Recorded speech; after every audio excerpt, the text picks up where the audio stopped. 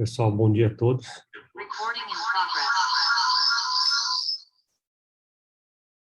Nós vamos começar mais um Journal Club, gente. Hoje, com a participação especial do nosso amigo Sérgio Brás, responsável por toda a parte técnica e didática da Meditronic. A ideia nossa, gente, então, é trazer uma visão geral do Percept PC com a tecnologia BrainSense, motivado por um caso no HC que recentemente colocou o gerador Percept e deve no ambulatório logo mais. Então, como a gente vai deparar com a tecnologia nas próximas semanas, a gente falou, vamos voltar e discutir um pouco mais isso. E quem não está aqui, obviamente, no HC, vai se deparar com isso no dia a dia, de uma forma ou de outra. Então, gente, e como o assunto não é muito fácil, a gente falou, vamos fazer uma reunião só sobre isso. O Sérgio, na primeira parte, vai apresentar a plataforma em si, e depois a Nâmbia vai mostrar 2 casinhos aí, só que foram publicados recentemente, só para a gente ter uma noção. Então a ideia é essa, gente. Como o assunto às vezes é um pouco complicado, pessoal, sintam-se à vontade para levantar a mão ou abrir o microfone e perguntar. E aproveitar o Sérgio aí que se disponibilizou para sanar nossas dúvidas. Tudo bem, Brás? Bom dia a todos. Agradecer primeiramente a oportunidade ao Dr. Rubens. Conforme o contribuidor, sou o Sérgio, sou o supervisor clínico da linha de neuromodulação aqui no Medtronic, que é com bastante desprazer que eu estou aqui hoje. O tema é um pouco complexo, eu vou dar o meu melhor para tentar torná-lo o mais simples possível, tá? A ideia é trazer uma visão bastante didática sobre o passo a passo para vocês no vosso dia a dia, quando tiverem a oportunidade, espero que isso não demore muito para acontecer, interagirem com essa nova tecnologia que a gente usou no mercado tem mais ou menos um ano e meio. Então vou começar aqui com a apresentação, vou tentar contextualizar para vocês quais são as principais ferramentas dentro do produto e depois, de maneira mais didática, a ideia é navegar vocês através da interface de programação, tá bom? Ver se dá para compartilhar, Sérgio, a tela. Deixa eu ver aqui. Share screen.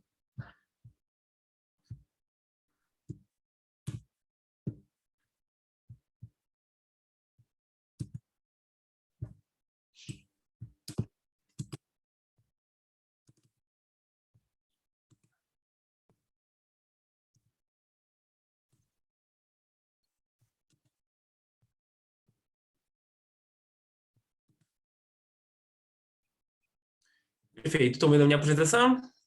Sim. Perfeito. Então, hoje a gente vai falar um pouquinho sobre o Percept PC, que é a plataforma que permite entregar, então, a tecnologia BrainSense. Tá? Não vou me ater em grandes detalhes, mas o Percept ele tem recursos que vão para lá ainda tecnologia BrainSense, então é compatível com o sistema Arm 3 Tesla, tem uma bateria inteligente, ele tem uma plataforma de programação intuitiva e ele cobre as anteriores indicações da família Activa.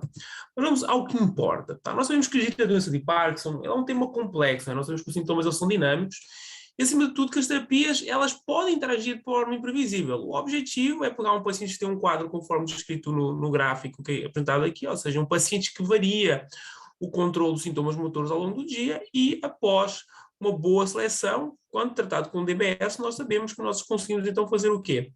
Manter o paciente uma maior porcentagem desse tempo no estado em que nós consideramos que ele está em ordem, ou seja, que os sintomas motores estão controlados. Tá? Realmente, com isso, nós acabamos por entregar uma qualidade de vida superior. No entanto, não é menos verdade que é complexo gerir um paciente com DBS. Se a gente fala que as terapias elas podem interagir de maneira imprevisível, quando nós colocamos mais um ingrediente no caldeirão terapêutico, a gente sabe que às vezes é complexo, então, gerir os efeitos colaterais e as interações do DBS com medicação. Como é que nós podemos ser mais ágeis no controle desses sintomas? Conhecendo melhor o paciente e tendo uma visão mais longitudinal de como é que essas interações que se demonstram através de sintomas ocorrem ao longo do tempo. E o grande objetivo é que o Percept ela possa ser essa ferramenta para que nós conheçamos melhor a maneira como o paciente evolui entre consultas. Por que essa tecnologia se torna possível? Porque nós sabemos que é possível, e a gente conseguiu validar essa tecnologia através de 10 anos de pesquisa básica, translação em clínica e investigação em laboratório, que utilizando os mesmos eletrodos já implantados no paciente para entregar efeito terapêutico, nós podemos registrar cronicamente os sinais cerebrais. Que sinais cerebrais é que nós vamos registrar? Nós vamos registrar um sinal que se chama LFP, Local Field Potentials. No próximo slide eu vou trazer para vocês o que é na prática o LFP, mas o que é importante é que a maneira como esse sinal varia ao longo do tempo, ele se correlaciona positivamente com 4 sintomas do paciente. Tá? Quando nós olhamos para uma frequência específica desse sinal, ou seja, uma componente desse sinal que nós gravamos cronicamente, a banda beta, vai entrar um pouquinho mais de detalhe do que é a banda beta, nós sabemos que quando a potência desse sinal, ou seja, quando a prevalência da atividade nessa faixa de frequência ela sobe, o paciente já está potencialmente sintomático, isso relaciona-se positivamente com a avaliação com o PDRS. Da mesma maneira, quando nós controlamos os sintomas dos pacientes, a potência do sinal nessa frequência baixa, nós temos então essa correlação positiva entre a variação da potência do sinal na frequência beta e o score motor do paciente. Então é por isso que, monitorando longitudinalmente a maneira como o sinal nessa frequência evolui ao longo do tempo, a gente pode ter uma ideia de como é que é o nível de controle dos sintomas e intervir, tá? Seja ajustando o DBS ou seja ajustando a medicação oral desse paciente. E com isso, para além de nós então conseguirmos manter o paciente uma maior parte do tempo numa faixa em que os sintomas motores estão controlados, a gente vai conseguir, conhecendo melhor a maneira como as duas terapias interagem entre si, controlar de maneira mais eficaz os efeitos colaterais associados à interação entre as duas terapias. E conforme o Dr. Rubens falou, assim, qualquer dúvida, fiquem à vontade. Estamos aqui para falar de maneira bem didática sobre o tema. Com tudo isso, por que tem lógica nós implementarmos e abraçarmos a tecnologia brain-sense na nossa prática clínica? Primeiro porque ele nos traz uma visão do cérebro quando o paciente não está na clínica. Vocês sabem, obviamente, que a maior parte do tempo do paciente é passado fora do consultório. Então, essa tecnologia traz mais uma vez a possibilidade de olhar longitudinalmente a maneira como os sintomas do paciente evoluem quando ele não está, não está em consultório. Tá? Eu vou falar para vocês um pouquinho sobre como é que isso se desdobra, mas o dispositivo permite que o paciente ele relate eventos entre consultas. Então, ela é também um análogo digital do que é o tradicional diário de sintomas motores, e toda essa informação ela fica disponível para que vocês consultem ela sob a forma do diário eletrónico. Nós sabemos também que, mais uma vez, a variação desse sinal LFP se correlaciona com os sintomas ao longo do tempo, é por isso que ele traz para nós essa visão longitudinal. E nós sabemos, e eu falei um pouquinho para vocês então dessa correlação positiva entre os scores motores e a potência do sinal na faixa de frequências beta, mas nós sabemos que potencialmente nós teríamos outros biomarcadores associados a sintomas subespecíficos, não só dentro da doença de Parkinson, mas dentro de outros subdesenvolvimento, para o qual o Percept, que entrega a tecnologia brain-sense, tem uma medicação formal. Por quê? Porque esse dispositivo permite, então, monitorar não só a frequência beta, que vai de 12 a 30 Hz, mas também a frequência beta, gama, teta, ou seja, permite monitorar um espectro de frequências de 1 a 100 Hz, onde nós vamos encontrar, então, as frequências que têm um interesse potencialmente clínico no manejo dos pacientes. E essa informação, ela é apresentada de maneira bastante intuitiva, tá? Nos dando um instantâneo da atividade do paciente, porque é daquelas coisas, não é só importante a informação, é importante a informação que seja facilmente analisável, que se possa traduzir em ações práticas na vossa clínica.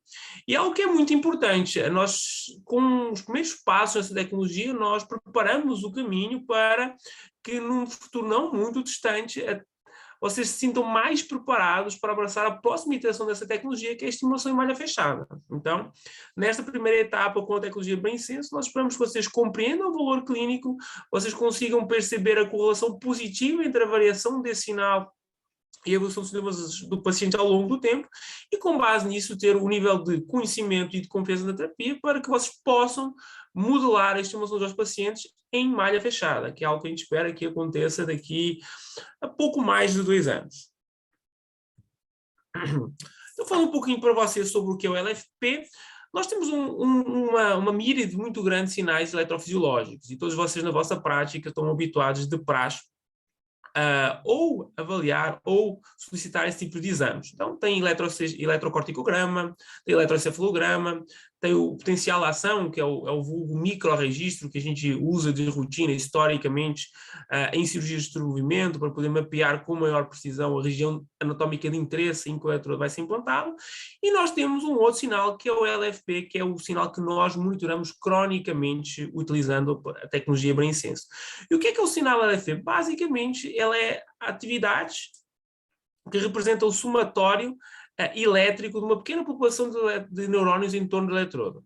Então, se, por exemplo, no microrregistro nós estamos vendo a atividade elétrica de 5 a 10 neurónios em torno do eletrodo implantado, nós estamos vendo aqui o que é o somatório elétrica de uma população neuronal que representa um volume de 200 a 300 micrômetros em torno do eletrodo. Ou seja, ele dá para nós uma visão de qual é que é a tendência de funcionamento daquela população neuronal que nós sabemos que tem um funcionamento alterado e que ela está associada à manifestação de sintomas motores na doença de Parkinson.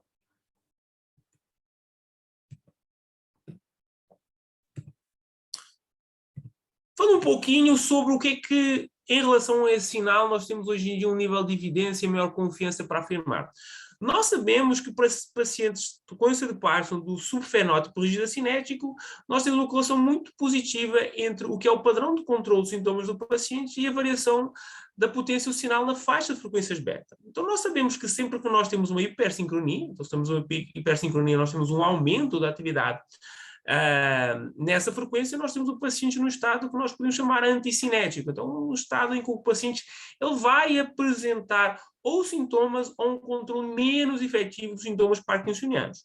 Por outro lado, nós sabemos que quando nós temos um aumento da potência do sinal na faixa de frequências gama, que vai de maneira grosseira de 32 a 150 Hz, nós temos um efeito pró-cinético. Tá? Então, em teoria, se nós tivermos um aumento da potência sinal na banda beta, nós temos um estado que caracteriza o paciente sintomaticamente, o paciente está experienciando sintomas de Parkinson, e quando nós aumentamos o gama, acima do nível fisiológico, nós temos o paciente potencialmente num estado de cinético.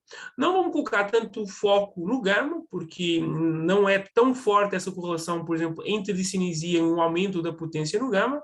Vamos focar no beta e vamos focar no subfenótipo de pacientes rígidos cinéticos, no qual está muito bem estabelecido na literatura, nas evidências pré-clínicas e pós-introdução do Percept no mercado, que efetivamente um aumento da potência em beta está associado a um paciente que passa passando por um quadro sintomático, e quando nós conseguimos quebrar esse excesso de sincronia, ou seja, quando nós suprimimos um pico secundário em beta, nós temos o paciente retornando a um estado fisiológico em que ele tem um bom controle dos sintomas motores.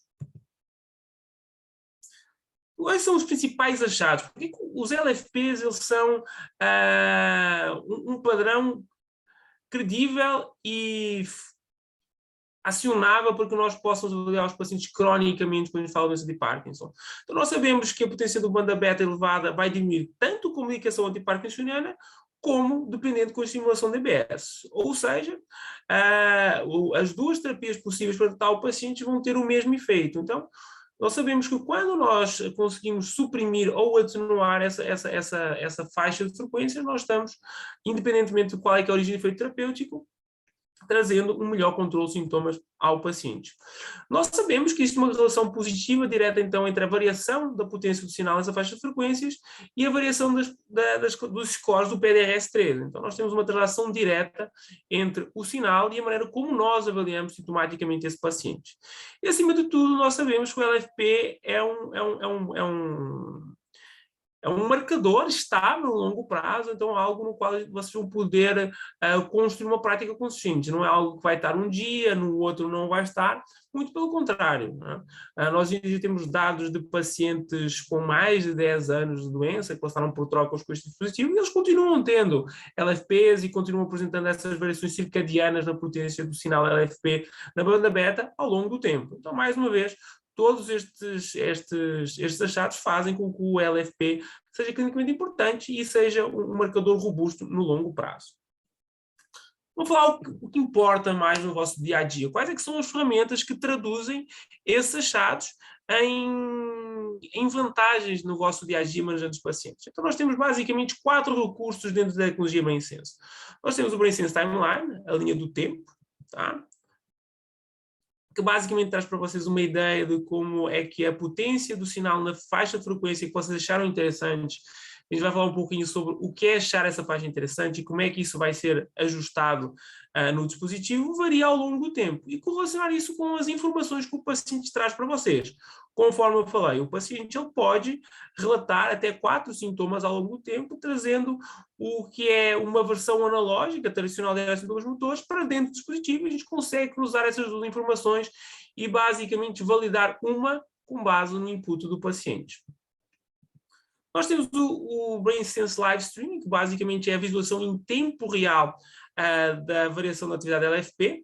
E é importante, eu ainda não mencionei isso, nós podemos definir duas vertentes da tecnologia BrainSense. Uma, extremamente importante, que nos permite avaliar o paciente cronicamente entre consultas e que está mais focado no timeline e no eventos, que eu vou falar para vocês um pouquinho na sequência. E nós temos duas tecnologias, duas ferramentas dessa tecnologia que nos permitem ter uma visão aguda e otimizar a terapia do paciente em consultório. São o live streaming e são o survey, tá? A gente vai deixar isso para o fim. Falando um pouquinho sobre a configuração do BrainSense. É importante perceber que o dispositivo ele entrega a estimulação juntamente com o registro crónico de atividade cerebral. Então eu não faço um ou outro. Logicamente, para que eu possa fazer os dois em paralelo, eu tenho algumas condicionantes. Então, tenho basicamente 3 configurações de estimulação no qual eu consigo entregar as duas em paralelo. Então, eu preciso usar configurações monopolares utilizando os contactos intermediários, ou seja, ou 1 monopolar, 2 monopolar ou 1 e 2 monopolar. Tá? Nós lançámos recentemente a nossa nova família de eletrodos direcionais, a família Sensight, e com a família Sensight a gente tem mais liberdade, porque ainda que nós obviamente tenhamos que usar o nível 1 e 2, a gente consegue dimensionar a simulação usando os anéis individuais desses níveis e acabar por ter um recurso mais expandido para manejar o paciente. O que é que isso quer dizer? Se vocês precisarem, por exemplo, manejar o paciente com um bipolar ou um monopolar usando contacto 0 ou contacto 3, não vai ser possível, nesse hemisfério, tá? Utilizar a tecnologia BrainSense, tá bom? Porque, não vou entrar em muitos detalhes, mas o sinal LFP ele tem uma potência muito reduzida comparativamente quer com o artefacto elétrico da estimulação, quer com o somatório da atividade elétrica no cérebro como um todo. Então a gente precisa de cancelar esse ruído e para isso a gente precisa de ter estabelecer uma comparação entre 2 pontos que sejam eletricamente semelhantes, não é? Porque o que nós estamos fazendo aqui é uma comparação. Então, por exemplo, se eu uso o contacto 1 ou o contacto 2, eu uso os contactos adjacentes para fazer esse termo de comparação. E o nosso objetivo, mais uma vez, se vocês me perguntarem qual é que é o paciente em que eu recomendo de maneira muito ampla e efetiva o uso dessa tecnologia, é o paciente com ânsia de Parkinson do tipo rígido cinético. Não porque essa tecnologia ela não possa potencialmente ser aplicada a outro tipo de pacientes, e tem outros recursos que vão para além da tecnologia BrainSense, que são importantes no manejo dos pacientes, como largura de pulso menor, múltiplas frequências independentes, mas pensando no BrainSense, neste momento, se vocês quiserem pensar num paciente para testar essa tecnologia, eu recomendaria um paciente com doença de Parkinson tipo rígido cinético, no qual a gente vai monitorar então a frequência beta ao longo do tempo. Então esse é o exercício que eu sugiro para vocês e que a gente vai tentar reproduzir ao longo dessa curta apresentação. Eventos. Então, mais uma vez, vocês conseguem transformar o tradicional de sintomas motores numa versão digital. Vocês conseguem definir até 4 eventos para que o paciente reporte ao longo do tempo, usando o programador do paciente. O programador do paciente, hoje em dia, ele usa como plataforma um celular Samsung, atrelado a um comunicador que faz aí a triangulação do sinal entre o celular Samsung fechado, protegido apenas para esse efeito, gera um implantado no paciente. E vocês podem definir até 4 eventos para monitorar ao longo do tempo, e o paciente com bastante comunidade ele consegue identificar quando isso aconteceu. Algo que é muito importante é que, juntamente com o relato do evento que o paciente faz com o programador do paciente, vocês habilitem a captura do sinal LFP. Então, conforme a gente vai ver daqui a pouquinho, na linha do tempo, na timeline, a gente vê apenas a variação daquela faixa de frequências que a gente selecionou como de interesse. Quando nós habilitamos a captura da LFP, nós vamos fazer um instantâneo da atividade do cérebro como um todo. Então, a gente vai bater uma foto de toda a atividade do cérebro no espectro de 1 a 100 Hz. Por que isso é legal? Porque ele permite primeiro perceber se esse sintoma que nós estamos monitorando se relaciona com algum padrão de atividade específico. Por exemplo, nós falámos que o aumento da atividade na faixa gama ele é pró-cinético. Tá? E nem sempre a gente vai ver um aumento muito elevado do paciente cinético, mas alguns pacientes eles têm uma correlação muito positiva, muito efetiva, e surge mesmo um pico secundário em gama. Então, por exemplo, para esses pacientes, a gente, se tiver interesse em marcar e monitorar a ocorrência de sintomas, a gente pode usar essa frequência de interesse. Então, dar uma visão mais ampla de como o paciente evolui ao longo do tempo, perceber inclusive se a frequência que nós achamos de interesse clínico associada aos sintomas parkinsonianos, à rigidez, à cinesia, é a frequência de interesse, e perceber se algum outro sintoma se relaciona positivamente com outro padrão de atividades. Então, conforme eu falei para vocês, nós temos então a linha do tempo, e quando nós conjugamos uma com a outra, a gente consegue validar a maneira como a frequência que nós consideramos clinicamente de interesse evolui ao longo do tempo. Então, por exemplo, e cada uma destes marcadores de desenho, o roxinho ou o verde, ele é um evento. E nós temos eventos automáticos, não são muito importantes, são os verdes, e que basicamente representam uma alteração na maneira como o dispositivo funcionou, seja tendo sido ativado ou desativado, mudança de grupo, coisas não tão importantes para a clínica. E nós temos os roxinhos. Os roxinhos são os eventos que o paciente imputou com base no que foi passado para eles, no número de eventos que foram configurados para ele.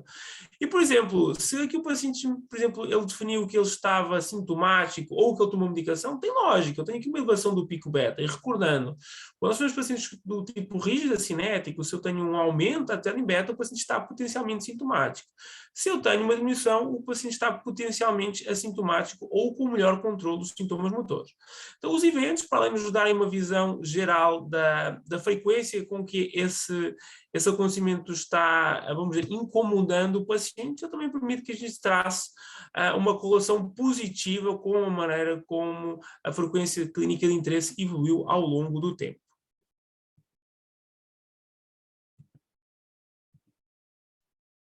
Sérgio. Sim, Dr. Rubens. Volta ali, por gentileza. Lógico. Então, a gente pode dizer que cada risquinho desse é, em média, 20 minutos de recording. 10 minutinhos. Cada tracinho deste aqui são 10 minutinhos, tá? Então, é importante, a linha do tempo traz para vocês a visão como o sinal evolui ao longo do dia, tá? Cada telazinha destas aqui são 24 horas, da meia-noite até à meia-noite, tá? E nós conseguimos gravar até 60 dias de informação, não tem que ser 60 dias contínuos, tá? Por exemplo, se o paciente ficar, por exemplo, 6 meses sem passar em consulta e ele ativar o BrainSense uma semana por mês, vocês vão conseguir ter o histórico desses 60 dias. São 60 dias de informação, não 60 dias corridos, tá bom? Acho, é importante acho que o resumo, então, Sérgio, para o pessoal seria o seguinte: então, colocar no grupo mais ou menos uma semana antes da consulta, tudo bem? E lembrar de colocar ali em cima os 2 STM para ver os eventos, concorda? Isso. E eu vou mostrar para vocês, a gente consegue ver essa linha do tempo ou em apenas um dos hemisférios ou nos 2 hemisférios, mas a gente poder comparar. O que a gente espera, o que regra geral acontece, é que a gente tem versões atenuadas. O que eu quero dizer com isso? Que o padrão de atividade no hemisfério é muito semelhante ao do outro, que vai variar um pouquinho a amplitude do sinal entre um e o outro. Maravilha. Perfeito? E, mais uma vez, fiquem muito à vontade para colocar questões, não tem questões menores, eu sei que é um tema, infelizmente, ainda muito novo para a maior parte das pessoas, então fiquem muito à vontade, uma vez mais. A gente está falando aqui, nós quando habilitamos eventos, nós podemos então habilitar a captura de instantâneos, dos snapshots.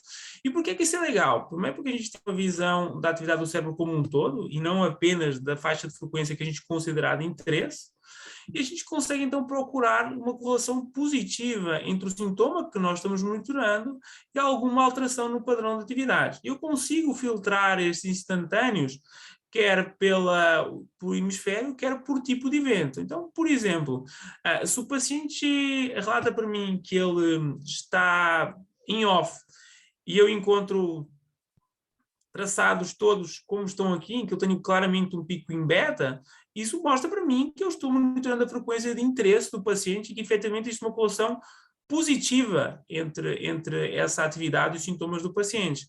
Por exemplo, se o paciente reporta discinesia e ele tem um achado consistente de um pico aqui em gama, eu sei que, efetivamente, para esse paciente é diferenciável a discinesia avaliando a maneira como a frequência aqui como a atividade aqui nesta frequência evolui ao longo do tempo. Aqui eu tenho uma visão geral, como se fosse um diário de sintomas motores tradicionais, então vocês veem qual é que é o sintoma que é mais prevalente ao longo do tempo e ter uma ideia de como é que ele se manifesta em períodos de tempo de acordo com o vosso interesse. Vocês podem avaliar por dia, por semana ou por mês, não? Ter uma ideia geral de como é que o paciente está evoluindo ao nível do controle dos sintomas. Aqui então um pouquinho sobre o valor clínico da linha do tempo e dos eventos. O que é que eles permitem? Ajustar a dosagem de medicação, porque vocês conseguem identificar melhor quando o paciente está bem tratado ou está sintomático, vocês conseguem potencialmente manipular o que é quer a dose, quer o intervalo entre as tomas de medicação. E eu acho que a linha do tempo ela é especialmente importante para o ajuste da medicação em pacientes que recebem DBS, tá? Até mais do que o próprio ajuste da estimulação. Ele permite ajustar os limites do paciente, se aplicável, então se ter uma ideia de qual é que então o range no qual o paciente expressa uma boa resposta como resultado da variação da amplitude de estimulação. Em última instância, se o paciente não estiver evoluindo bem, vocês podem também rever os parâmetros de estimulação de maneira a que quando ele voltar em consulta vocês consigam ter um quadro mais linear no controle dos sintomas do paciente ao longo do tempo. Aqui de uma maneira muito geral, a maneira como as diferentes ferramentas da linha do tempo e dos eventos se correlacionam e são apresentados na tela. E aqui uma ideiazinha de como é que é o interface para o paciente, conforme foi para vocês. É uma forma bem intuitiva, mesmo tendo em conta que pacientes parkinsonianos são, no modo geral, pacientes mais velhos. A gente está vendo uma adesão boa dos pacientes ao uso do novo programador do paciente. Nós temos aqui um pequeno... Como falar isso? Nós temos uma pequena brecha para cobrir aqui. Então, nós sabemos que o aumento da potência em beta está associado a um quadro potencialmente sintomático. Quando nós quebramos essa potência em beta, quando nós diminuímos o valor dessa atividade, nós temos o paciente potencialmente um quadro sintomático. Mas essa transição não é abrupta, é uma gradação. Então, nós precisamos saber, na verdade, qual é o valor a partir do qual o paciente entra no estado sintomático e qual é o valor abaixo do qual o paciente entra no estado assintomático. Então, nós temos que definir limites. Eu vou mostrar para vocês como é que nós fazemos isso, mas basicamente o que nós vamos fazer é traduzir o que é a tradicional janela terapêutica numa janela eletrofisiológica. O que é que eu quero dizer com isso? Nós vamos basicamente registrar qual é que é o valor, qual é que é a potência da atividade na frequência que nós estamos monitorando quando o paciente entra no estado em que ele está clinicamente bem, ou seja, a gente vai aumentar o estímulo até entrar na janela terapêutica. Nós vamos medir qual é que é o valor da atividade beta nesse momento. Nós vamos aumentar, e esse vai passar a ser o nosso limiar superior, nós vamos aumentar mais o estímulo até o paciente começar a apresentar efeitos colaterais, ou seja, a gente vai quebrar ainda mais a potência da atividade em beta, e isso vai ser o nosso intervalo inferior. Então, a gente traduziu uma janela terapêutica numa janela eletrofisiológica. E, tendencialmente, sempre que o sinal oscilar dentro desses intervalos, superior e inferior, o paciente vai estar clinicamente bem. E o legal é que essa informação, esse percentual de tempo dentro do intervalo terapêutico, vamos dizer assim, ele vai ser apresentado para nós pelo próprio programador. Então, o objetivo, obviamente, é que o paciente passe a maior parte do tempo aqui dentro do intervalo verdinho. Esta porcentagem aqui em cima diz respeito ao percentual de tempo que o paciente ficou dentro desse grupo. Então, neste caso, o paciente não teria ficado todo esse tempo ao longo do dia usando o grupo D. Então, mais uma vez, não é só ter informação, é ter informação que seja fácil de usar. Aqui de maneira muito gráfica, vocês conseguem perceber se o paciente está potencialmente evoluindo no controle dos sintomas ou tendo um retrocesso nesse mesmo controle. E aqui também é importante levantar a atenção para a questão do paciente estar sobretratado. Tá? Eu acho que é muito claro, muito evidente na vossa prática os momentos em que o paciente está sintomático e quais é que são as consequências para o paciente, obviamente, apresentar sintomas, mas não é tão claro até para a comunidade médica de maneira geral, quais é que são as consequências de sobretratar um paciente com DBS. Então, o Percept, a tecnologia Brain Sense, traz-nos para nós também uma maneira de perceber qual é que é o percentual do tempo no qual potencialmente nós estamos entregando demasiado tratamento para o paciente, ou seja, sem efeito terapêutico associado, mas potencialmente com efeitos colaterais. Então, um ponto importante também, expandindo o que é a capacidade de compreender a maneira como o paciente evolui ao longo do tempo. Ô, Sérgio. Sim, doutor Rubens. Pessoal, todo mundo entendeu essa parte aqui, essa tela? Ou seja, o aparelho, pessoal, obviamente, ele não vai ver o paciente se ele está com discinesia ou off.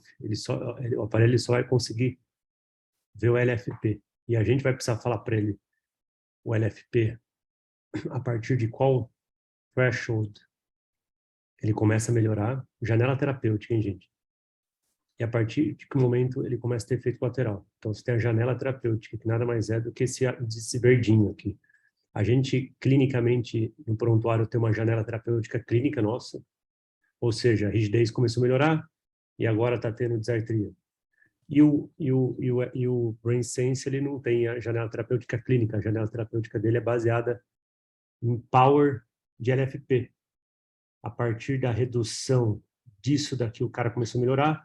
A hora que eu reduzi 70%, ele melhorou muito bem. A partir daqui, ele começa a ter efeito colateral. Então, ele tem um range de LFP com uma redução pequena até uma redução máxima, porque a partir daí tem efeito colateral. Então, nada mais é do que a janela terapêutica eletrofisiológica.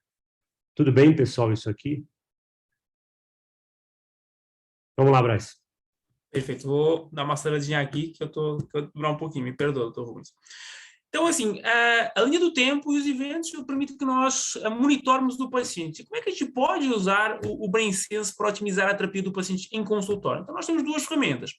Nós temos o live streaming, que basicamente vocês conseguem ver o sinal em tempo real. Tá? Por que é que isso é interessante? Da mesma maneira que cronicamente a gente quer atenuar a atividade em beta, e mais a gente está ilustrando esta tecnologia com um paciente com esse um tipo de rígido cinético, no qual existe uma correlação muito bem estabelecida com o beta. Em consultório, se nós conseguirmos atenuar essa atividade, a gente vai conseguir perceber se o paciente entrou ou não nessa janela terapêutica. Tá? E dentro do Brain Sense Live Streaming, do streaming, a visualização em tempo real do sinal LFP, nós vamos ter duas coisas. O sinal variando aqui, e eu, para mim, de verdade, sendo muito honesto com vocês, acho que não é muito fácil de perceber. Nós sabemos que quando o paciente está assintomático, tem um beta elevado, esse sinal oscila mais, e quando o paciente ainda no estado controlado, o sinal oscila menos. Mas a maneira mais fácil de perceber como é que nós atingimos o platô terapêutico é vendo o somatório do sinal nessa sessão. Então, à medida que nós vamos aumentando a estimulação, o que nós vamos vendo é que a potência média do sinal nessa sessão, ela vai indo ao longo do tempo. Tá? Então, vai chegar um momento no qual o sinal ele começa a oscilar muito pouco, ele entra num platô. Tá? Então, o que é que isso nos traz? Nos traz a possibilidade, de maneira mais objetiva, conseguir perceber quando nós entramos efetivamente no platô terapêutico do paciente. Muitas vezes vocês ficam na dúvida, porque você tem que conjugar quer a avaliação clínica, quer a percepção do paciente, sobre qual é que é o menor valor que entrega um benefício terapêutico ao paciente. Aqui a gente tem um análogo eletrofisiológico para vocês perceberem isso. Então, se vocês chegaram a um limiar de estimulação no qual vocês atingiram um platô, o sinal ficou flat, ficou linear, tá? Vocês sabem que esse é o valor no qual você entrar no efeito terapêutico, do ponto de vista eletrofisiológico. E como falei para vocês, é um produto que está no mercado tem mais ou menos 1 ano e meio, e hoje em dia eu já vejo várias aplicações práticas no qual a gente consegue usar isto de maneira rotineira. Então não é mais algo conceitual, é algo que efetivamente a gente está conseguindo traduzir em valor no dia a dia, na prática clínica dos nossos clientes. E poderia ser o primeiro, a gente já deixou para o fim, nós temos o Brain Sense Survey. O Brain Sense Survey é como se fosse uma medição de impedâncias para o Brain Sense. O que é que isso quer dizer? Se para todos os outros mais recursos que a gente apresentou antes, a gente tem que configurar o BrainSense, o BrainSense Server não precisa de nenhuma configuração. Na pesquisa do BrainSense, basicamente nós vamos entrar lá, e ele vai trazer para nós qual é que é a potência do sinal no espectro de 0 a 100 para todos os pares de contactos disponíveis. Por que é que isso é importante? Ele traz-nos uma visão clara de se o sistema está conseguindo ou não monitorar esse sinal, e é importante deixar claro, quando nós falamos de um paciente implantado, de novo, nós demoramos, regra geral, em torno de 30 dias até ter um sinal estável. Antes disso, o que a gente vai encontrar são muitos avisos aqui na maior parte dos canais de que existe um artefacto, ou seja, a qualidade do sinal que foi medida não é representativa da atividade eletrofisiológica real do paciente.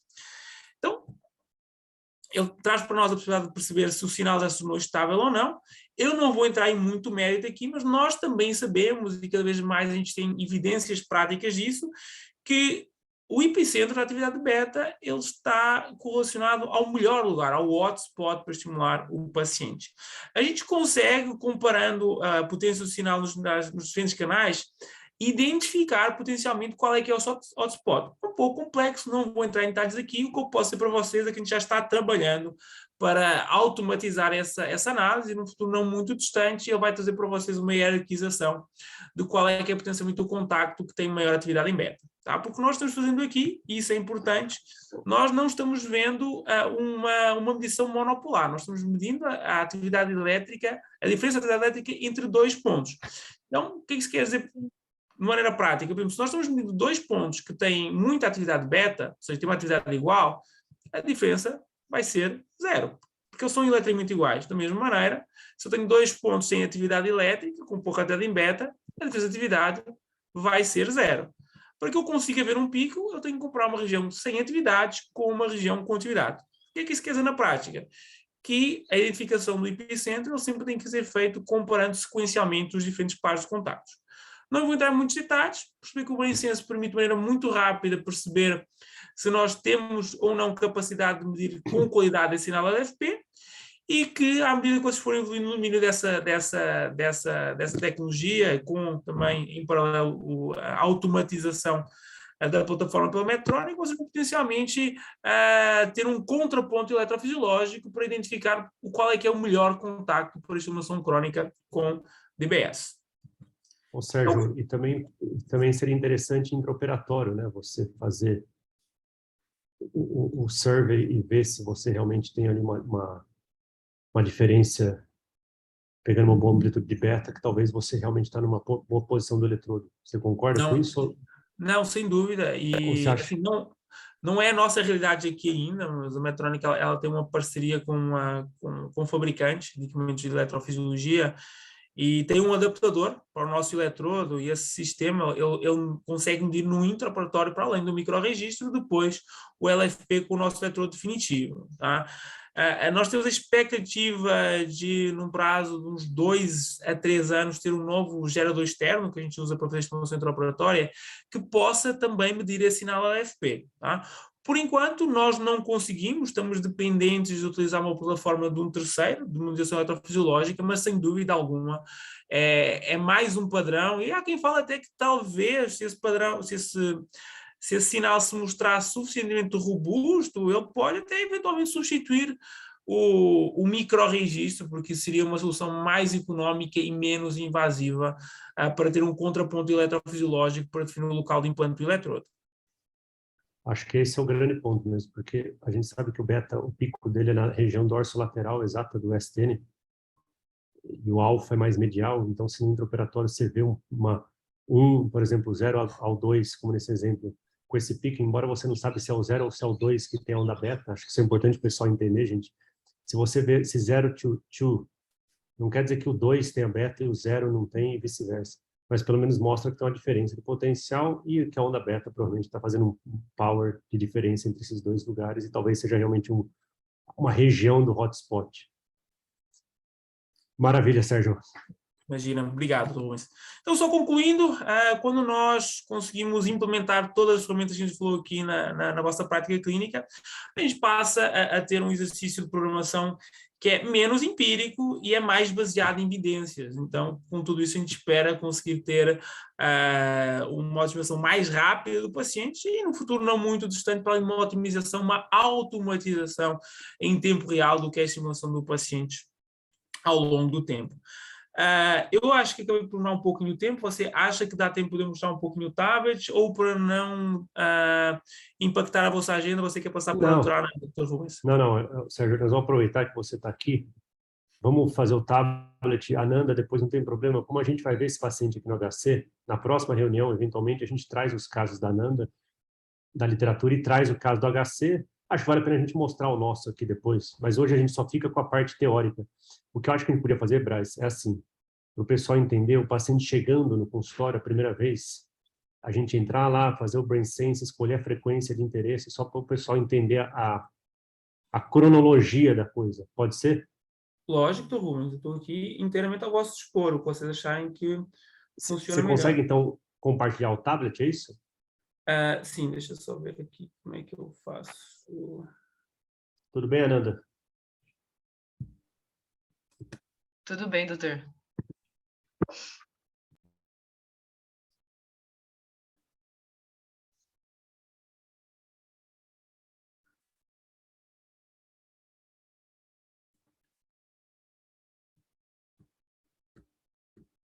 Boa, tá dando para ver bem, Sérgio. Então, perfeito. Eu entrei aqui no modo demo. Assim, o modo demo está disponível em todos os nossos programadores. Então,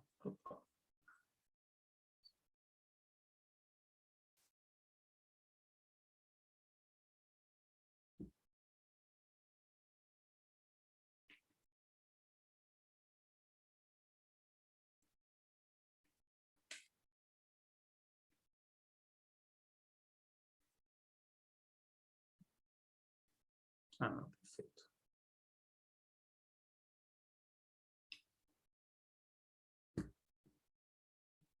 Desculpa.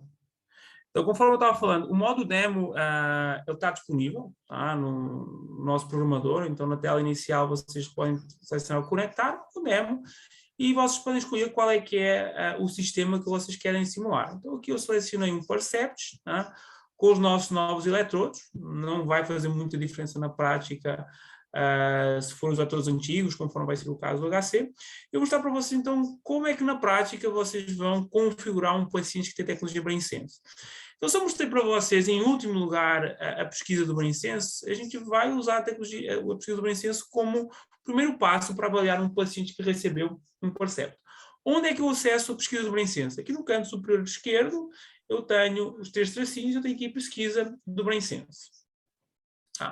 Eu vou entrar na pesquisa do BrainSense e eu vou fazer aqui a pesquisa, executar a pesquisa do sinal.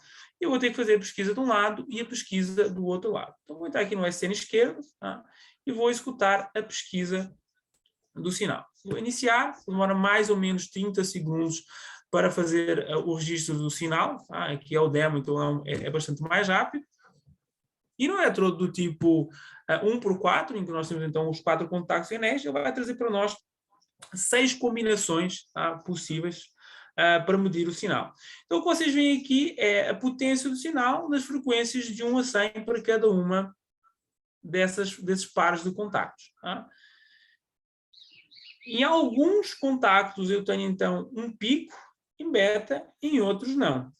Conforme a gente falou para vocês na apresentação, se eu tenho um pico, quer dizer que eu estou monitorando 2 regiões que não são eletricamente diferentes. Então, assim, eu vou ter muita atividade beta em 0 ou em 1, eu vou ter muita atividade beta em 0 ou em 2. O 2 são igual, 1 e o 3 são iguais, o 2 e 3 eles são muito semelhantes. Então, neste caso, muito provavelmente, o epicentro da minha atividade beta deve ser o contacto 0. Então, todas as combinações que têm o contacto 0, eles têm uma atividade elevada. Não vou entrar em muito mérito aqui, Tá? Só deixar claro que se nós vemos um pico, quer dizer que esses dois pontos que nós estamos comparando têm atividades diferentes, então um tem muita atividade, outro tem menos atividades, e para que nós possamos perceber qual é que é o contacto em que nós temos muita atividade, a gente vai ter que fazer a comparação nos diferentes canais. De maneira muito simples, se um determinado contacto ele sempre aparece em todas as combinações no qual nós temos uma elevação, muito provavelmente esse é o contacto que é a origem da nossa atividade em beta. Neste caso, por exemplo, o contacto 0, vocês veem que ele está associado a todas as missões em que nós temos um pico de atividades. Então, muito provavelmente, ele é o contacto no qual a gente teria o melhor efeito terapêutico. Infelizmente, porque, por exemplo, vocês viram que eu não consigo fazer o registro crónico de atividades LFP utilizando o contacto 0. E eu posso fazer essa medição para os dois lados, a mesma coisa, vou executar a pesquisa do BrainSense, demora mais ou menos 30 segundos, aqui é bastante rápido porque é o modo demo. E o que é que a pesquisa do BrainSense nos traz? A possibilidade de maneira muito rápida de ver se o sinal estabilizou, conforme foi para vocês, demora mais ou menos 30 dias, tá? Com o novo eletrodo, potencialmente um pouco menos, porque o Sensitive foi otimizado para fazer registro crónico de atividade cerebral, mas mesmo assim, mais uma vez, a gente demora mais uns 30 dias, que é mais ou menos o tempo que vocês vão demorar para fazer a primeira programação, de maneira que o efeito lesional seja cancelado. E quando eu tenho um sinal assim, eu estou feliz. Quer dizer que o sistema consegue registrar com qualidade o sinal LFP, eu não tenho artefactos, e eu parece ter um padrão de atividade que é consistente com os sintomas do paciente. Muito importante, não é? Para que eu possa definir a frequência de interesse num paciente com doença de Parkinson ou tipologia cinética, nessa primeira consulta, como é de esperar, eu tenho que vir em off. Porque se o paciente não vier em off, o que é que eu vou fazer? O que é que eu vou encontrar? Não vou encontrar nenhuma elevação do sinal em beta, porque o paciente está clinicamente bem. Conforme a gente já mostrou na apresentação, se ele está clinicamente bem, eu atenuo a atividade em beta, eu trago o paciente com um estado fisiológico e não vou conseguir fazer a identificação de qual é que é a faixa de frequências de interesse. Os eletrodos novos, eletrodos segmentados, eu tenho também a possibilidade de fazer a pesquisa por nível, tá? Então eu consigo ver também quais é que são as diferenças da amplitude desse sinal de interesse entre os contactos segmentados. Tá? Não vou entrar muito em detalhe, mas ele permite-nos então fazer um refinamento ainda maior. Então, se potencialmente um dos melhores contactos é um contacto segmentado, eu posso tentar perceber, se um dos melhores níveis, vamos dizer, de estimulação é onde nós temos os contactos segmentados, eu consigo, dentro desse subnível, tentar perceber qual é que é a orientação e eu vou ter uma maior variação da atividade beta. Então, de maneira que eu, de maneira rápida, mais uma vez, a gente está tentando automatizar esse processo, possa escolher não só o melhor nível, mas a melhor orientação para estimular cronicamente o paciente. Nesse caso, eu estou extremamente feliz, o sinal ele está estável, eu tenho uma elevação em beta que é característico de um estado em que o paciente está sintomático, isso bate com a clínica do paciente, então estou pronto para seguir em frente. Eu vou entrar em estimulação, tá? E numa situação real, mais uma vez, vocês entram agora no que é o vosso dia-a-dia, vocês iam fazer uma revisão monopolar, tá? Potencialmente já amparados e com uma orientação e com base no BrainSense de qual é que é potencialmente o melhor contacto para estimular cronicamente, mas a gente está ainda, mais uma vez, num estágio inicial dessa tecnologia, então, mais apesar da gente ter uma evidência muito boa já, principalmente com os achados interoperatórios de que existe uma correlação positiva entre o epicentro do beta e o melhor local para estimular cronicamente, isso é importante que vocês sigam da mesma maneira conforme vocês fizeram até hoje e que façam uma revisão monopolar. Então vocês vão fazer uma revisão monopolar, vocês vão identificar qual é que é o melhor contacto para estimular cronicamente e se tudo der certo, um desses contactos vai ser o contacto 1 ou o contacto 2. E aqui fica um comentário importante, tá? O vosso neurocirurgião de referência, a pessoa para quem você encaminha o paciente, ele tem que ter essa visão, e assim, hoje ainda mais é mais fácil, porque os nossos eletrodos direcionais já têm essa mensagem, os meus contactos devem ficar ao nível do 1 e do 2. Tá? Então é importante que ele se programe para que o alvo, na realidade, ele fique no contacto 1 e não no contacto 0, porque se o hotspot for o contacto 0, vocês não vão conseguir utilizar cronicamente o BrainSense. Então vamos entrar aqui no programa, no grupo A, tá? no programa 1 do SN esquerdo. Eu já fiz a revisão do contacto, já sei qual é que é o melhor contacto, já defini qual é que é o limiar terapêutico e os melhores para a estimação. Eu vou aqui em cima, e vocês veem que para além de eletrodo e anotação, tem a abazinha BrainSense. Eu vou clicar aqui em BrainSense e eu vou entrar em configuração. E vou executar o teste sinal. O teste sinal ele demora mais ou menos 60 segundos, tá? No cenário real, aqui é bastante rápido. E este slide, esta imagem, esta telazinha, ela já é a vossa conhecida, eu mostrei ela na apresentação. Então mostra para mim quais é que são as 3 opções de contacto em que eu posso conjugar registro crónico com entrega crónica de terapia DBS. Ela já mostra aqui para mim qual é que é o contacto que está ativo, então eu fiz o meu teste de contactos, dimensionei o meu estímulo utilizando o contacto 1. Ele mostra aqui para mim já uma colazinha, onde ele acha que eu tenho um pico de atividades. Eu vou clicar aqui no lapisinho, e ele mostra para mim, então, qual é que é a potência do sinal no espectro de 0 a 100 Hz. Tá? É coisa legal. Eu tenho aqui um pico em beta na frequência de 22.46. Tá? E automaticamente ele já identifica onde é que é o pico potencial na aquisição de sinal que ele fez. Então, neste caso, eu tenho uma coisa muito bem característica. Eu tenho o contacto que eu defini, que é o que entrega o melhor efeito terapêutico, eu consigo ter um bom registro do sinal, eu tenho uma elevação do pico em beta, porque o paciente está sintomático. Eu vou então selecionar esta faixa de frequências para registrar cronicamente. E é muito importante. Tá? Quando nós falamos de faixa de frequência, a gente está falando exatamente isso, do intervalo. Tá?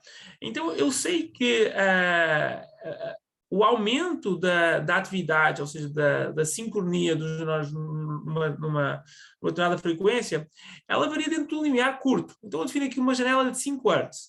Então, o que é que isso quer dizer? Que eu estou monitorando 22.46 menos 2.5 e 22.46 mais 2.5. Ou seja, eu estou estou monitorando a variação da atividade dentro desse intervalo de 5 Hz. Porque, mais uma vez, o que nós sabemos é que o pico, tá, ele tem ligeiras variações ao longo do tempo, só que ele varia de maneira objetiva dentro desse intervalo. Então, a gente consegue, definindo essa janelazinha de 5 Hz, sempre manter dentro do nosso olhar de interesse a faixa de frequências em que o paciente oscila e que tem uma correlação positiva com os sintomas motores deles. Vamos dar aqui uma olhadinha nos outros contactos. Então, ó, se eu selecionar o contacto 2, eu não tenho nenhum pico diferenciável em beta. Se eu utilizar o contacto 1 e 2, eu também não tenho nenhum pico muito significativo. Tem aqui um pico muito ligeiro, mas não é muito significativo. Então, mais uma vez, aqui tenho uma corroboração positiva. Então, o melhor contacto terapêutico também é aquele no qual eu consigo capturar uma maior elevação do sinal beta no entorno. Então, eu já defini aqui qual é que é o meu intervalo de interesse e eu vou salvar o registro. Tá? Salvei o registro, daqui para a frente, enquanto o paciente estiver utilizando este grupo, ele vai registrar cronicamente esta atividade. Então, ele vai medindo qual é que é a variação da potência do sinal neste intervalo de 5 Hz que eu defini aqui. Mas vocês viram que eu tenho mais recursos, que eu tenho mais ferramentas para utilizar. Tá? Vamos ver como é que nós definimos o limite. Então, eu já defini qual é que é a minha janela terapêutica, eu já configurei o BrainSense, ou seja, já defini qual é que é a frequência que eu quero registrar cronicamente. Agora, eu vou querer... Está aqui novamente em configuração. Eu vou querer definir qual é que é a minha janela eletrofisiológica. Tá? Quando nós temos um eletrodo direcional, tá? Como é o caso, nós temos um passo intermédio entre a configuração do BrainSense e a definição dos limiares, daqueles limites que a gente falou ali, em que basicamente a gente faz o ajuste da estimulação. Por exemplo, se eu usar 2 níveis segmentados, eu tenho que ter um estímulo que seja simétrico ao longo da coluna. Então, por exemplo, se eu vou usar o contacto 1A e 2A, os dois têm que ter a mesma amplitude de estimulação, de maneira a que eu consiga utilizar o BrainSense. Mas não vamos entrar em muitos detalhes, também não é o caso que vocês vão discutir na próxima reunião, que é o paciente que recebeu o Percept aí no HC. Então vamos lá, vamos definir essa janela terapêutica. Vamos converter essa janela terapêutica em uma janela terapofisiológica. Como é que eu vou fazer isso? Eu vou aumentar o estímulo até o limiar em que o paciente entra na janela terapêutica, em que o paciente tem um bom controle de sintomas motores, ou seja, uma menor amplitude com a qual o paciente tem um bom controle de sintomas motores. E o que é que eu fiz? Eu quebrei um pouco dessa atividade beta. Tá? O que é que eu vou para o sistema? Olha, dá uma olhadinha e vê qual é que é o valor, tá, do sinal LFP nessa faixa de frequências, que equivale a uma estimulação com essa amplitude. Então, o que é que eu defini? O valor de corte no qual eu passo de sintomático para assintomático do ponto de vista do LFP. Então, vai ser o meu limiar superior. Eu vou aumentar o meu estímulo até ao limiar de efeito colateral, que vamos dizer que é 3.2. Tá? Então, quanto mais aumento o estímulo, mais eu quebro a atividade em beta. E eu vou pedir para capturar qual é que é o valor da atividade LFP quando eu estimulo com 3.2.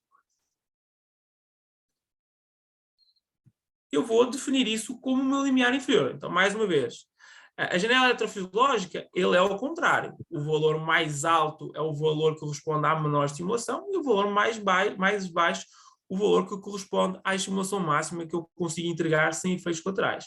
Sempre que o meu sinal variar dentro desse intervalo, potencialmente ele está num estado com bom controle de sintomas motores. Eu vou clicar aqui em salvar e sair. Então, perfeito. Eu fiz a configuração do BrainSense e o paciente... Calma. Não. Nada, não é nada. Tá, perfeito.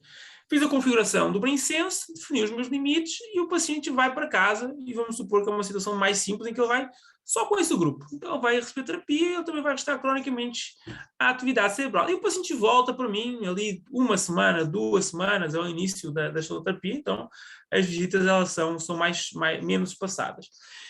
E eu tenho aqui um novo fluxo de trabalho. Então tenho aqui eventos. Quando entro em eventos, eu vou ter acesso a toda a informação registrada com essa tecnologia. Então, aqui o resumo, tá? Em que mostra para mim qual é que é a frequência dos diferentes eventos, e é também aqui que eu defino os eventos para que o paciente possa reportar usando o produto do paciente. Como é que eu faço essa configuração? Vou aqui em configurar eventos do paciente. Eu vou para vocês, eu posso configurar até 4 eventos, que vocês definem como de interesse clínico para monitorar o paciente entre consultas. Tá? Sendo muito objetivo com vocês, 4, do modo geral, para a maior parte dos pacientes, é bastante coisa. Tipo, eles acabam por se atrapalhar, misturar uma coisa achando que é o outro. Então, algo em torno de 2 eventos já funciona bem para o paciente. É algo que eu consigo imputar com qualidade. E, de regra geral, traz para vocês a informação que vocês precisam. Então, foca. Você quer saber quando o paciente está em off, quando o paciente está em on, quer saber quando o paciente está em off, quando o paciente tem cinesia. Tá? E é lógico, à medida que o paciente vai mostrando um bom controle e um uso assertivo da tecnologia, vocês podem expandir, mas pela minha experiência, regra geral, algo em torno de 2, 3 eventos é algo que o paciente consegue manejar, muito mais do que isso, ele começa a se atrapalhar um pouquinho. E vocês podem configurar aqui, juntamente com o registro do evento, a captura do sinal LFP. Então, é esse instantâneo da atividade cerebral como um todo, que a gente vai querer usar para validar se nós estamos usando a faixa de frequências de interesse para monitorar cronicamente e para tentar perceber se existe alguma outra faixa de frequências que seja interessante para monitorar um outro sintoma específico do paciente. Vamos entrar aqui na linha cronológica. Então, na linha cronológica, a gente vai ter a possibilidade de ver a maneira como o sinal daquela faixa de frequência que a gente definiu, e isso é importante, fique muito claro para vocês.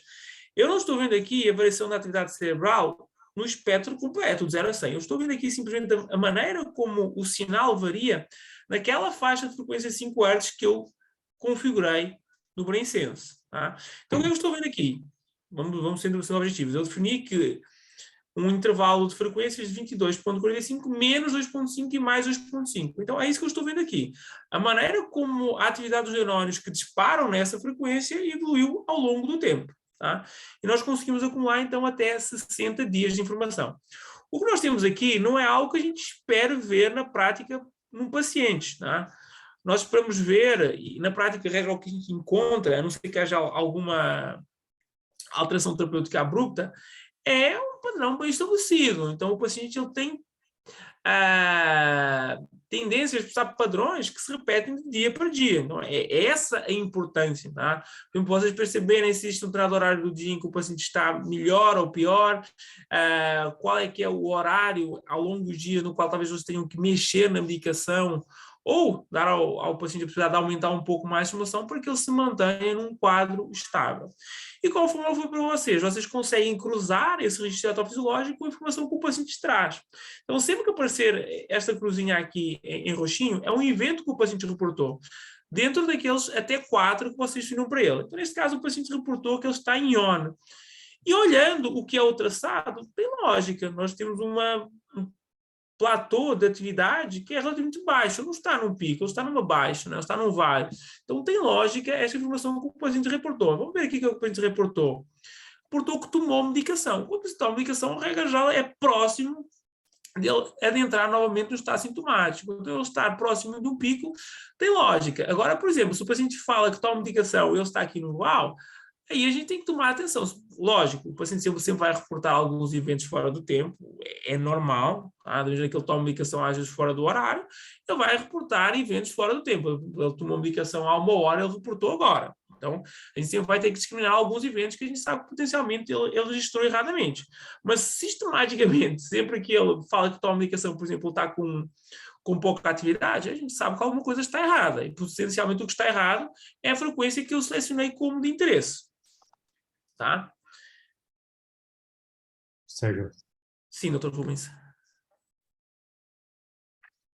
A gente podia fazer assim, então, só por causa do horário, eu proponho fazer assim, o assunto é legal e é difícil. Se você topar, a gente vai ver esse paciente nesse próximo mês. Perfeito.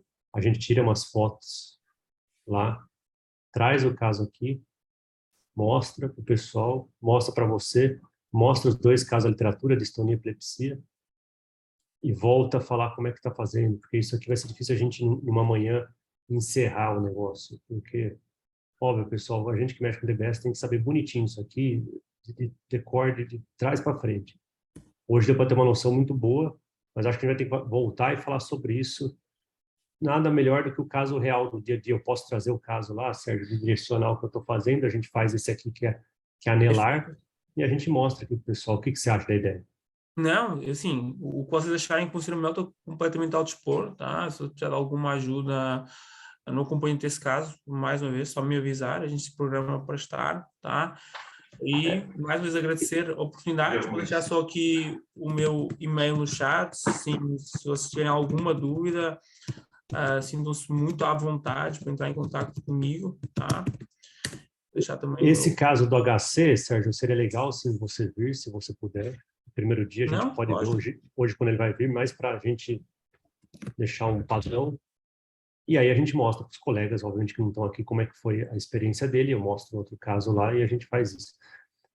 Pessoal, devido ao horário, alguém quer colocar alguma coisa do que o Sérgio falou? Deu para amarrar no final a sequência, pessoal? Fazer primeiro o survey, depois escolher a frequência, depois mandar o paciente para casa, o timeline, os eventos. Tudo bem? Alguém quer colocar alguma coisa, gente?